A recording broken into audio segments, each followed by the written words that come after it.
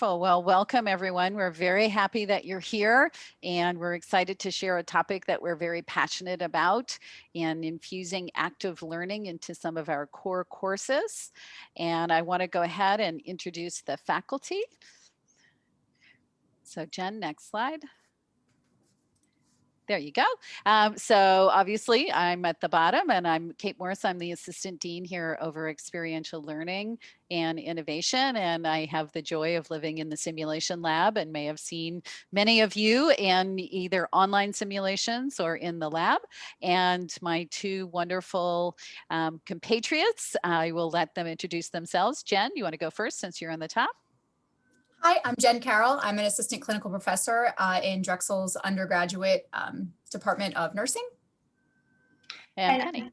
Penny Parker. I am a new adjunct professor. I had been assistant clinical professor, but now that I moved, I'm adjunct and just teaching online. Not just. I had the privilege of teaching online. Exactly. So nobody pays us any money beyond what we get as faculty, so we have no conflicts of interest to disclose.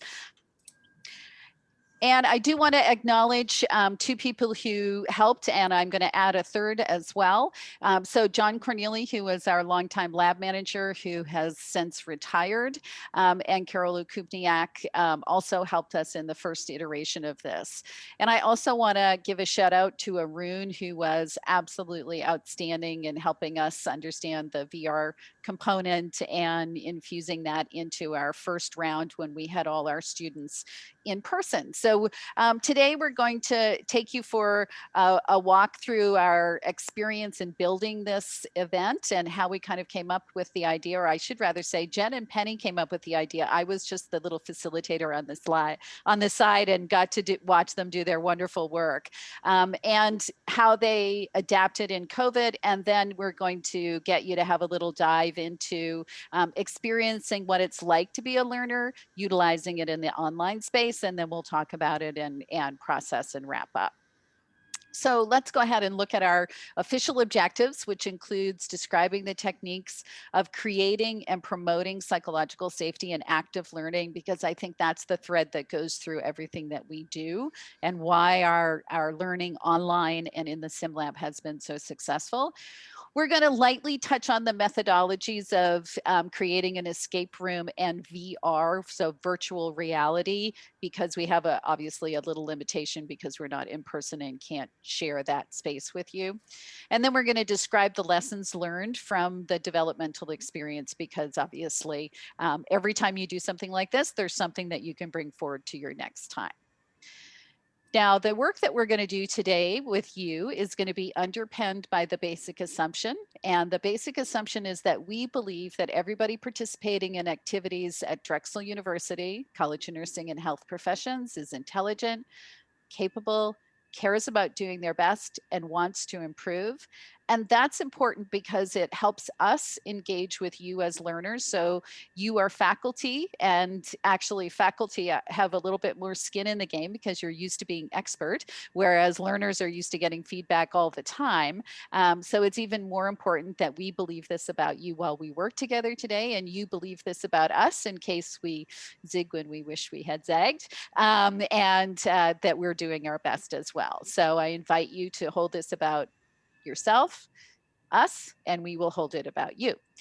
So I'm going to hand off to Penny, and she's going to pick up talking about how they came up with this. All right, so a little bit of background about how we came up with this whole idea. A little over a year ago, we in the College of Nursing and Health Professions, we realized that we had to make changes to our pathophysiology course. And we came to this realization based on feedback from students who have graduated. They wish that they had a little bit more involved course, a little bit more robust, a little bit more hands-on perhaps. They just felt that they could have been a little bit more prepared. And we know that teaching patho is challenging. It has its own inherent challenges for both the teacher and for the learner. And so, we respect the pathophysiology course from the past, but we wanted to take the feedback from our students and run with it. And so we did. So we thought, okay, how can we make this challenging course to teach and to learn a little bit better for our students so that they kind of hit the ground running as nurses, and they've learned already how to incorporate pathophysiologic principles into their clinical decision making and just the whole clinical picture. So we know that in patho, they have to pull from the prereqs. So we wanted to include that so that they're learning to pull from previously learned material. And we also wanted them to engage with the material. We wanted them to be able to manipulate it in their minds, because we felt that this was setting them up for success clinically once they got out there. So what we thought was, okay, well, how do we bring these concepts alive? And what we really wanted to do was have the students engage actively with the material. So I just want to take a moment to talk about active learning and what neuroscience research actually shows us why active learning is so helpful in order to help students learn this material. So as faculty, we can use this neuroscience research to help us create the conditions and use the methods that really best facilitate learning. And we can use that knowledge to form our pedagogy. So research does show us that allowing learners to actively participate in learning content turns on multiple sections of the brain. So it helps to facilitate new connections in the brain. For example, we know that the hippocampus in the brain is involved in memory. It's actually referred to lovingly as the seat of memory. And it's specifically involved in turning short-term memories into long-term memories, or memory retention. And the hippocampus is functionally connected to other brain regions through a complex network of connections. So when we engage with material and critically think, all of those brain regions really start to work together to accomplish a task along with the hippocampus. So what the hippocampus does, it actually acts as a friend who introduces two other friends who have never met before, and puts those brain regions in touch with one another to help make those connections. And this actually, having multiple brain regions activated in working towards a common goal together is what helps to form those connections and form those memories, and has actually been shown to improve memory and retrieval of memory when the learner really experiences the content in an active way. So essentially, the more ways that we can activate students' brains emotionally, sensory, spatially, case-based, et cetera, the more they learn and the better they remember and the more deeply they remember those things.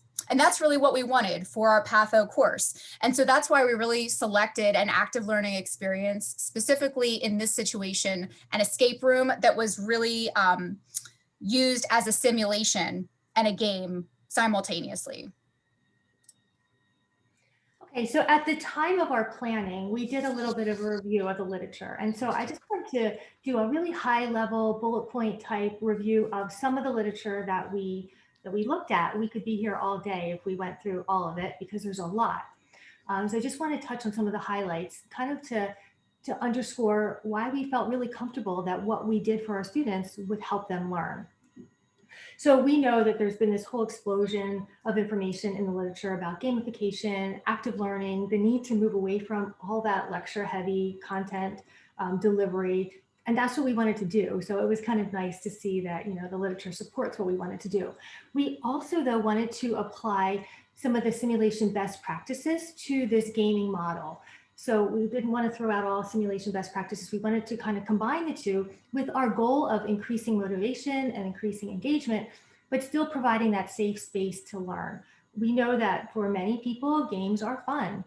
For some people, myself included, games are stressful and they can kind of be thought of as a test. And so we didn't want to lose sight of the need to create this psychologically safe space for our students while, including this gamification or gamifying their learning. So we see that from the literature that learning really is more likely to occur, just like what Jen said, when students are active and engaged in the learning process. In general, gamification creates this environment where the learner can have fun, and that learning can occur in this fun, interactive way. And gamification really nicely lends itself to situation-based learning, especially when students have to solve puzzles or clinical situations, kind of like what they do as a nurse, using these clues. And this is really what happens when we use an escape room type of a game. Now, escape rooms have become very popular, and both, as entertainment, but then also in the field of education.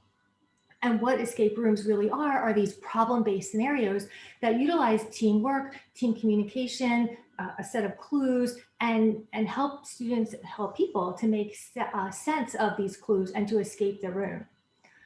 We do see from the literature that there's research to support the educational benefit of using escape rooms. And we find that escape rooms support and promote student engagement, allow for the problem solving that we want for them to do. They allow for teamwork. They allow students that opportunity to practice making decisions, all of what we feel is so important. They also allow students to build on previous knowledge, so important with pathophysiology, so important as they transition into becoming a nurse down the road. And that's really what we wanted. And so when we think about Bloom's, these games, these escape rooms require this higher level of synthesis than just knowledge or comprehension. And we'll talk more about that in a little bit. But they're also fun. So the students become this active participant in a fun learning modality. There's an article by Fotaris and Mastoris, and all the references are listed at the end of the slides. And they presented this really nice systematic review of 68 peer-reviewed published studies. And they noted that the escape rooms not only help with engagement and the ability to work as teams and to communicate and make decisions, they also allow the students to think critically, and they provide a reward for these activities. And to steal a phrase from Dr. Morse, it's that little squirt of dopamine that they get. That's just, it keeps them going back for more of that. So we really got a strong sense from the literature that the escape rooms allow for this engagement, this collaboration, immersion, maturation, communication. They provide a sense of reward. What more could we ask for? That's what we want for our students. And so we felt confident that we were able to get our students where they needed to be with gamification and fun and learning. And so I just want to turn it over now to Kate to talk more about Bloom's. Thanks, Penny. Oh, we have one more. Wouldn't it be fun? Yeah, so wouldn't it be fun? We decided let's come up with a fun way to introduce the material and help the students start to integrate those concepts into that bigger clinical picture. Mm-hmm. And that was the piece, just like Penny said, what we really want them to do is not just memorize the material. We really want them to know it. We want them to be able to know it and then retrieve it, right? Encode it, retrieve it, and be able to really use it, connect the dots. Not just to, memorize a bunch of things and then forget them afterwards. And so what we really wanted to do was then collaborate with a whole team of people to create this really special day to not only allow them to review everything that they learned during the quarter in Patho when we were creating this new course, but also to celebrate all of the hard work that they put in and to celebrate just how much they did know. So we worked with we reached out to Kate, we reached out, worked with John from the Sim Center, Carroll, Bob, Arun, with the virtual reality. And what we thought was really a long-term goal, we really thought this was gonna take more than a quarter to put together, happened within a 10-week quarter. So this is kind of not only our synthesis of the literature, but our kind of, how we put this together within 10 weeks, and then kind of how this has since evolved with all of the unique challenges that the world has thrown our way in the past year. Right. Excellent. And now for Kate to Bloom's. All right, thank you. Well, as I'm listening to both of you talk about how we're trying to get our students, and we often use the term critical thinking in nursing or critical decision-making capacity, but that higher level thinking and to move people beyond task orientation, I think brings us back to Bloom's, which really is our friend. And I know all of you have seen Bloom's before. As a refresh, the original Bloom's was published in 1956, and then in 2001, Anderson and company revised it, and they revised it with changing some of the titles as well as flipping the upper two portions between evaluating and creating. So when we think of Bloom's taxonomy in simulation, we really want to see simulation active learning that occurs much higher up the level. So we're really looking at applying and above. So if we are utilizing simulation and to teach knowledge, then we're sort of mismatching our modalities, because simulation should be the application of knowledge they've already been exposed to. So they're doing it in a different situation, they're adding context, they're having to utilize it, making it a decision, synthesize it with other clues, and that's very similar to what happens in the gaming process. So Bloom's taxonomy is also now being used in the gaming process, and the gaming process and the educational scheme has really grown up, I think, in the last decade, and there's a lot of really, really great publications around it. And one of their epiphanies was the barriers as they were bringing these kinds of games into higher education, because people are like, well, it's just play. Like, how can this be educational?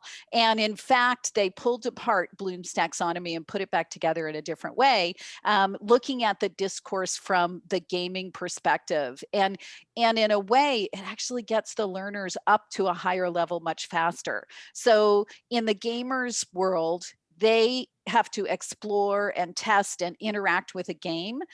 So that's evaluating and analyzing right at the get-go. Then they have to apply and understand what they know, what Jen and Penny were talking about, having them be able to apply their knowledge that they have picked up in pathophysiology, or it could be pharmacology, any core course. So they have to compare pieces of knowledge, they have to retrieve, compare, and apply, and make decisions with that knowledge in order to move forward in the game. Then, so that's applying and understanding. Then remembering in gaming is where they have to recall content and procedures again, so that they can move forward and play the game. And then lastly is the top of the heap in gaming. That's really where they're modifying games and writing guides and creating content, which, you know, for our learners, we're sort of remembering, applying, understanding, evaluating, and analyzing in our context. But I think what it supports for all of us is that there is good science and play is learning. It's just we have to shift our thinking so that we look at it in a different way. So let's go ahead and go to the next slide. So what's the common thread that underpins all of these learning experiences? And this does not matter whether you're in a classroom, whether you're in simulation, whether you're in an escape room, is psychological safety and learning. Now, you might not know that term, but you know what it means, and you do it all the time inherently as an expert instructor. So psychological safety doesn't mean that we create a space that's nice. It's not about that. It's about creating a space where learners can take risks. They can share their thinking when it doesn't agree with yours. They can discuss failure and mistakes and ask difficult questions and seek feedback. So it's creating that space where all those things can happen without fear of retribution or a demeaning response or subsequent problems as they move through the educational space. So this original literature came out of Amy Edmondson around teams that are working in business and healthcare, and now has transitioned over to education. And I think that nurses are particularly good at doing this. We might not have just had the language around it from the research, and that's the language of getting our students to engage, because psychological safety equals engagement with your learners. And that's really important. And that was really important for all of us, as Jen and Penny pointed out, because we knew that for everybody, they come with a different experience, and they may enjoy games, they may not like games, they don't like being in a room where they can't get out of. There's lots of reasons that it doesn't resonate with them. So we wanted to be sure that we were creating that space for them where they could engage in learning, they could speak up. And part of that was the time that we spent in pre-briefing to make sure everybody was aware of what was coming, what the guardrails were, what their roles were, and what our roles in support as faculty were. All right, so I think I'm heading back to Jen. Yeah, so I want to talk a little bit about how this idea with our new Patho course, newly transitioned to CNHP, that Penny and I newly took on, how it transformed in a quarter to what it was during the first time that we ran it. So what we really wanted to do was plan this day of active learning for our students at the end of their first quarter during their pathophysiology course. And so this was at the very end of the quarter for an in-person final exam review day is what we did. It was a complete surprise to the students. They had no idea what to expect. They just knew we were going to have a final review day. So what we did was we had 4 stations for a 2-hour and 50-minute class period for our 2 sections of accelerated students. So this was only for, in this format, our ACE students, our Drexel Nursing ACE students. And there were 90 students in each section. And just to kind of give you a little bit of insight, if you don't already know, there's 2 different kind of groups of nursing undergraduate students at Drexel. There's the accelerated students, which is what we're talking about right now. They've had a previous degree and they come in and they do the program in about a year.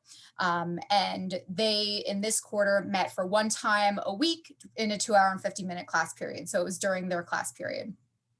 There are also traditional 4 or 5-year students, the co-op students that are undergrads, and Penny's going to talk about how we adapted this for them in a little bit. So for our full day A students, let me just talk a little bit about each of the rotations. For each day that we met, so one group of A students met on one day during their 2-hour and 50-minute class period, the other group met during their class period later in the week. Each time that we did this, we grouped the students down, took those 90 students and broke them into 9 groups of about 10 students each, and they rotated together through all of these stations. They were told ahead of time, here's the schedule, you're scheduled for 30-minute blocks at each station. And then in one station, we played an interactive Jeopardy game. Where students could buzz into a Jeopardy game as a group from their mobile device. In another room, we had created a board game complete with game pieces that are shaped like various organs of the body that you see displayed up there. And there was a game board for students to play the game of confusion, where they were presented with case scenarios, with different patients who were confused, and based on the clues, they had to discuss why and play the game of confusion. Then we had yet another station they rotated through that was our virtual reality station, run by our VR faculty experts, Carroll and Arun Ramakrishnan, who we collaborated with to make 3 different scenarios in virtual reality, showing 3 patients who were short of breath for different reasons. One had a PE, one had COPD, and one was anemic. And then the students debriefed and talked about the patho behind it all. And then we had our escape room. In order to accommodate all of these students, we actually had 2 identical escape rooms that were running next to each other. So there were 2 rooms next door to each other that were set up identically, and they were running simultaneously. And we had 1 group of 10 in each room and 2 faculty in each room with them. Within each of those rooms, that group of 10 students was then further divided into 2 smaller groups of 5 with 1 faculty member with each of those 2 subgroups in the room.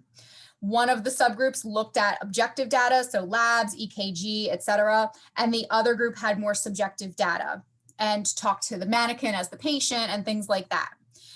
And they had 15 minutes to talk through all the clues and solve them and escape the room.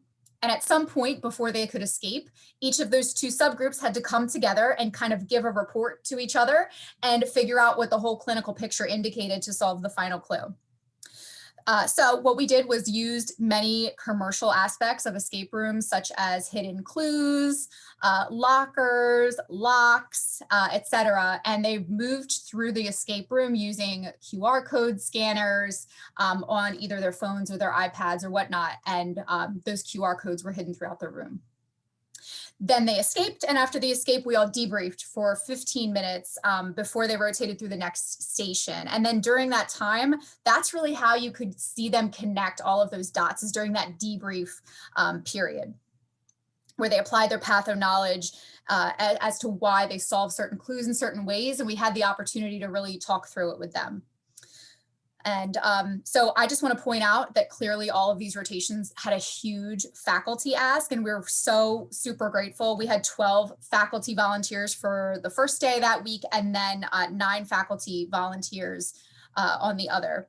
And now, like I said, this was for the ACE groups that although there were at 90 students, is a smaller group than what our co-op group was. And we're going to talk about those in a few minutes from Penny. But first, I'm just going to turn it over to Kate to talk about that in-person escape room for our ACE students. Great. Thanks, Jen.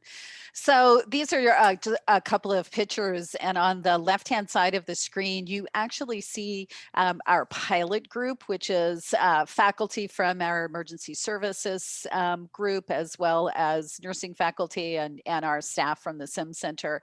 So like good simulationists, we thought, well, we have to simulate this and make sure it works and figure out, do the clues make sense? Are things where we can find them? You know, how hard is it? How easy is it?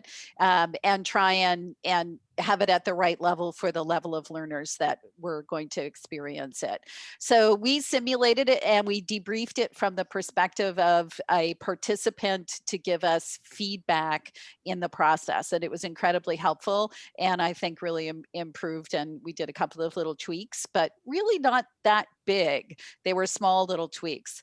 And you can see on the right-hand side of the screen, the day of, we were set up in our simulation labs. Learners were pre-briefed outside the room before they came in, so they understood what was going to happen, what their role was, that there were 2 faculty in there and what the role of the faculty were. So we're creating psychological safety, we're making things predictable, and what the expectation was that they put together their clues and they were able to answer the questions, and the game is how quickly they could get to escape, because the final clue gave them the answer to be able to open the lock and get out of the room. And of course, the room was never truly locked because that would be against the fire code and that would be wrong.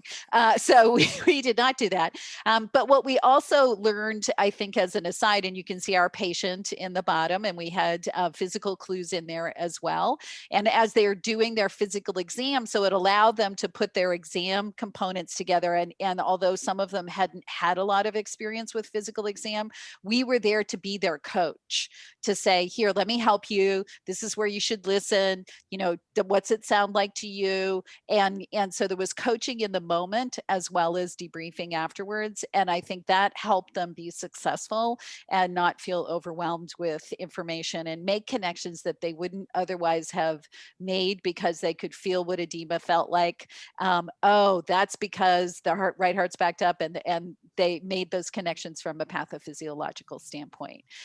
So everybody ran through this as one of their 4 stations, and then followed by debriefing, and then off they went to their next station. Am I missing anything, Jen or Penny, you'd like to include? No, you got it. Okay, cool. All right, so I'm going to hand back, and I'm handing to Penny. So that was the day for our ACE students. We had to make some changes to the day for our co-op students for a few reasons. First of all, we had 150 students in the class. So it was, that's a large number of students. Number 2, they met twice a week for an hour and 20 minutes, as opposed to once a week for 2 hours and 50 minutes. That wasn't enough time to do our 4 stations. So we had too many students. We had too short of a period of time. And then another really important thing to think about is our co-op students don't get health assessment concurrently with pathophysiology. They get it later. So with our escape room, we were expecting the students to have some health assessment knowledge where our co-op students wouldn't have had that. So we ran a review day for them. We ran this big fun day for them as well, but just a few differences. So we left out the escape room. We still played a Jeopardy game that was interactive. We did, instead of virtual reality, we did a 2D. So we had the recording. So it was just like a regular video on the screen. We still had our 3 cases that the students could kind of work through the different reasons, pathophysiologic reasons for the shortness of breath, and they could debrief afterwards. And then we did an electronic version of the confusion board game. We couldn't fit groups of students around the board game, so we had it on kind of a virtual game. But we felt sad that we couldn't do an escape room for them. So we thought, how can we make some adaptations so we can do an escape room for our co-op students or for ACE students, that are meeting twice a week instead of once a week. And so our planned adaptation was to do a stage play with a set number of participants. And then the audience would be, they would participate as, you know, they'd be available if one of the participants on the stage wanted to phone a friend. So they would kind of be following along and be available if anyone on the stage said, hey, can you give me out, can you help me out with this? I'm stuck with a clue. And we do know that there is some learning that goes along with just observing the simulation as well. So that was our plan. And then, yeah, that. COVID happened. As you all know, we are now still in a global pandemic. So how did we adapt this to transition to online learning? So what we actually did was take what we did in person and adapted it for online. And luckily, a lot of the components for our in-person day of active learning were already virtual. So our Jeopardy game that we used, personal devices to answer the questions so students could buzz in, we easily transitioned that to be online. For the in-person escape room, we actually used a good amount of electronic components to have students move throughout the room. So we used a series of red cap surveys that students access via a QR code scanner. They used their own devices when they were in person. So we had those clues virtual already. What we did was just rearrange them so that they all progressed sequentially, you know, for one group, as opposed to two different groups that were in the room that were going through two different sets of clues that then had to come together at the end. So we just rearranged those clues. And instead of the QR codes, we just linked the survey URLs together so that the students could progress through them sequentially and they didn't have to keep scanning things. We broke our large virtual groups into Zoom breakout rooms. And whichever group solved all of the clues and escaped back to the main Zoom room first, they won. And sadly, we have no prizes to give them except for bragging rights. So I'm sure the students will forever hold on to that they were the first group to escape virtually. Now, we still use the same time frame, though. It took about 15 minutes to actually go through this with the Zoom breakout groups, and then we debriefed for 15 minutes because we thought it was really important to still have that simulation aspect where the debriefing went on, because a lot of the learning occurs there. We did not have access to campus to record anything during this time when we created this, so we got creative. And what you'll notice is that Penny and her husband are the stars of the video. And so that really sets the scene for the scenario. And the reason I say that, you know, you are all going to notice this is that you are all going to now go through the escape room in breakout rooms. So we'd like to take a few minutes to just kind of prepare you and do a little bit of a pre-brief and let you know what to expect. Thank you, Jen. So everybody, we will start off by refreshing the basic assumption. So remember that we believe everyone participating here today is smart, capable, cares about what they're doing, and wants to improve.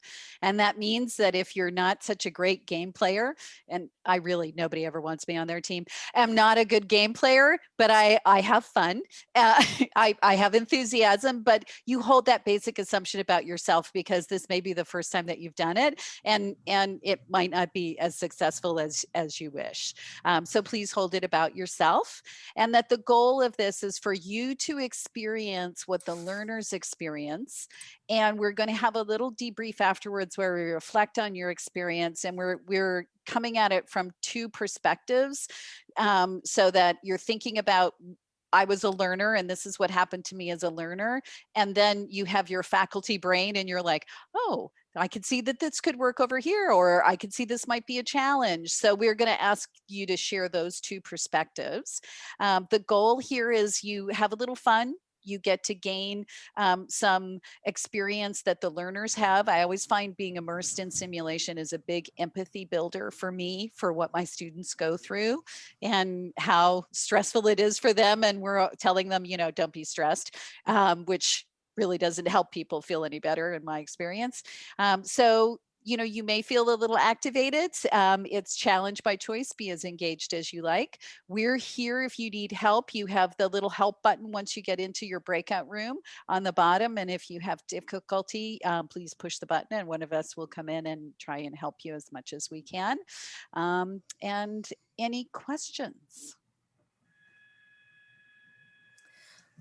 All right, Jen, I'm going to turn logistics over to you.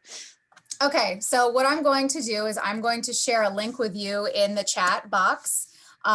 Everyone can go ahead and pull up the link, but when you get into your breakout room, one person should share their screen. Make sure when you share your screen, you share sound. If you don't know how to do that, there is a PDF in the chat box also that tells you how to do that.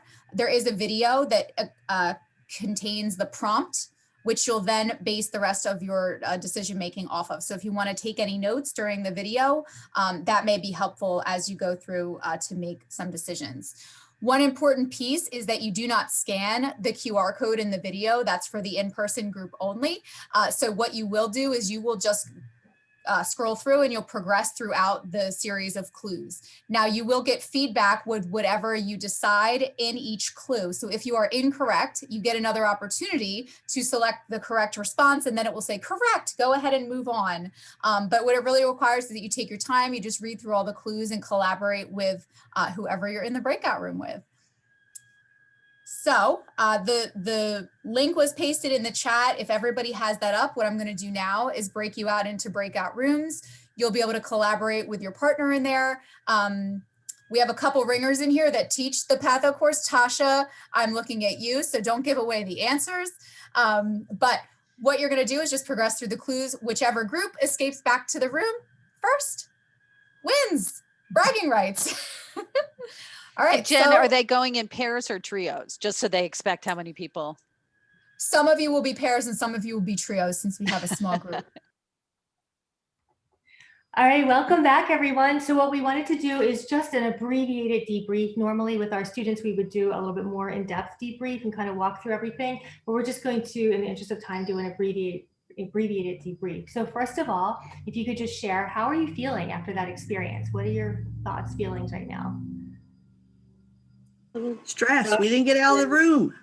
We needed 5 more minutes. We didn't get out of the room. We were on the last page. We're on the last page, but we couldn't put it together. Okay. All right. Stress. So stress, not a good feeling, right? So I'm sorry that you felt that way. How about anybody else? Any other? I was in that room and I agree. All right. I agree. So was the stress that you didn't have enough clues, or was it a technical issues that were causing stress? Can you drill down a little bit? Think about where the stress was coming from? For me, it was that we were so close to the finish line. We could see it, and it was just this one glitch, sort of, in terms of. We forgot angiotensin 1, and we had already gotten all the way down to the 4th one, and it was like, oh, you know, what was hard for me was, I don't know if it was just me not doing it right, but I couldn't see the others. So I was the one sharing my screen. So I'm like clicking down, but I didn't want to go too fast, but it was kind of hard. And we're like speaking, but you know, we couldn't see each other. Okay. So that would have been nicer for me. So yeah, so some tech issues kind of played a role there. How about the other team? And how are you feeling? I think we're feeling, or at least I can speak for myself, I'm feeling good. It was nice to, you know, we were really excited when we got something right and we could, you know, advance to the next screen. You know, you felt a sense of accomplishment, maybe. Yeah, good. Okay. So, you know, normally we would go through the objectives and kind of discuss how the objectives played out in the way the students did. But really, what I just would like to take a couple of minutes and get from you guys is think of it from a student perspective, think of it from a faculty perspective.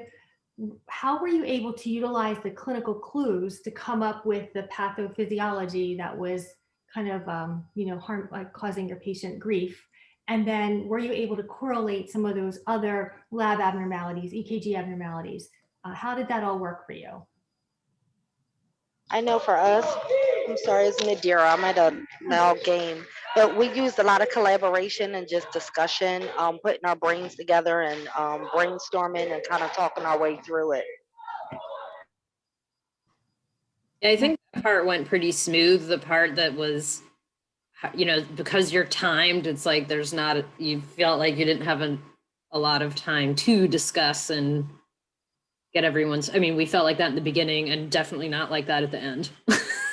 Okay. I do have to say the clues themselves, like at some point when you're supposed to pick from a choice of 4, one of the choices was dementia. And I don't remember who was speaking, but the person remembered that the man was confused in the very beginning. So like the clues did help kind of move you along, you know, the information that you got in kind of the consistent way helped with the next. They built on each other, I guess. Okay, good. Good. That was the plan. So that's nice to hear. Yeah, and if That's I put true. it, And go ahead. sorry, I'm sorry. Go ahead. I was going to say that I love that the questions were all like different. So like the one had like the pictures of the Gatorade and I forget what else it was. Like every question kind of, it wasn't like everything was like put something in order. So it kind of forced you to think differently, which I think is nice for students, especially if they're nervous about the gaming. So it definitely made it fun. Yeah, thank you. That's actually good feedback that I hadn't heard before. So that was good. Thank you. Yeah. I was just going to build on what Catherine said about the clues and kind of, you know, different folks remembering what was said in that interaction that he had with the provider about his diet, right? And I think it asked whether or not he had been sticking to the diet, and he talked about how his family had brought him up snacks and, you know, things that clearly were not, you know, that were salt heavy and, you know, not sticking to the fluid restrictions of the diet. So those clues were helpful too. Okay, good. I was going to say from a fact, like putting on my faculty hat, I think it asks students to be observant, which, you know, I feel like when they're in their head thinking about things, they fail to notice like the obvious clues that, you know, you're feeling a little more relaxed. So, you know, it was picking up on the confusion, picking up on the fact that there was food that his family brought in, like registering those little pieces of information, even though you don't know what's happening yet. Like, like reference back to them once you have context. I like that. Thank you for that. Yeah. I loved the scaffolding. Like, I feel like it built on each one. So the students had to kind of, they felt like, okay, I got this. And then it kept getting a little bit more difficult. So they had to remember from the time before to kind of keep building that knowledge. So that was, I thought it was built very nicely. And then that little squirt of dopamine from the reward for getting something right, hopefully that like carried you to the next one, to the more difficult. It really did. We felt Okay. very excited. We were like, oh yeah, we got it right. Good. Awesome. All right. So thank you for that.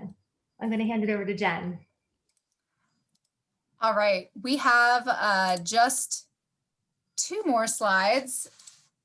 What we really wanted to do was just kind of frame this out in terms of like, what did we measure and what was this all about? And so when we did this, again, it was really, we tried to kind of rush and get something, like get a product out when we did the in-person escape room, and then we had to transition it to COVID, right? So what we really looked at this as was a curricular innovation because it happened so fast. So it was more of a feasibility test. Could we do this in person? Could we do it online? And then, you know, future plan is to apply to IRB so that we can collect some data. Everything that we learned is really kind of informal, anecdotal data and feedback then. So faculty and students, much like a lot of the comments that you all have had, both described this as fun. The faculty really liked when we were in person, they could get together, they saw each other, they worked together, and it helped them to remember really the joy in teaching. And it was also great for students to meet faculty that they would then see as they progress throughout their curriculum. So to kind of meet them in a less formal student to teacher setting before they had them. Also, we gathered a lot of feedback from our colleagues, and thank you all also for your feedback because it can help us to improve this as we move forward. It can also help other faculty then, you know, us to help other faculty, all of us to help each other to adapt it for each of our courses if we wanted to incorporate active learning. And students really, you know, felt like they were able to apply this knowledge in an environment that was not high stakes like an exam. It was fun, it was less threatening. Normally there's a little bit more time to go through all of these things than you all had. So hopefully there's not as much pressure usually on the students when they have a little bit more time. But it really also helped the struggle, right? It helped them to productively struggle to put things together and to kind of overcome that obstacle and realize that they do really know the information, even when they weren't prepared at all to go through what they did. Some of the challenges that we had were, you know, cost and space. When we did this in person, we had to buy all the lockers, we had to reserve all the rooms. And we also had a huge faculty ask when we did this in person because of the faculty requirement. A lot of that was alleviated via Zoom because you can use the Zoom breakout rooms and you can have 2 students to a group as opposed to 5, 10. So they each have kind of their own unique challenges. And then what do we really want to do next? What we really found was fascinating was tying this kind of emotion back to neuroscience and active learning. And so some of the things that we did when we were in person where we had a tube system. We actually had a tube hung from the ceiling where when the EKG was delivered, as you saw in the electronic version, we actually had a tube system that one of us would put an EKG rolled up into a tube and shoot it down into the middle of like a student conversation.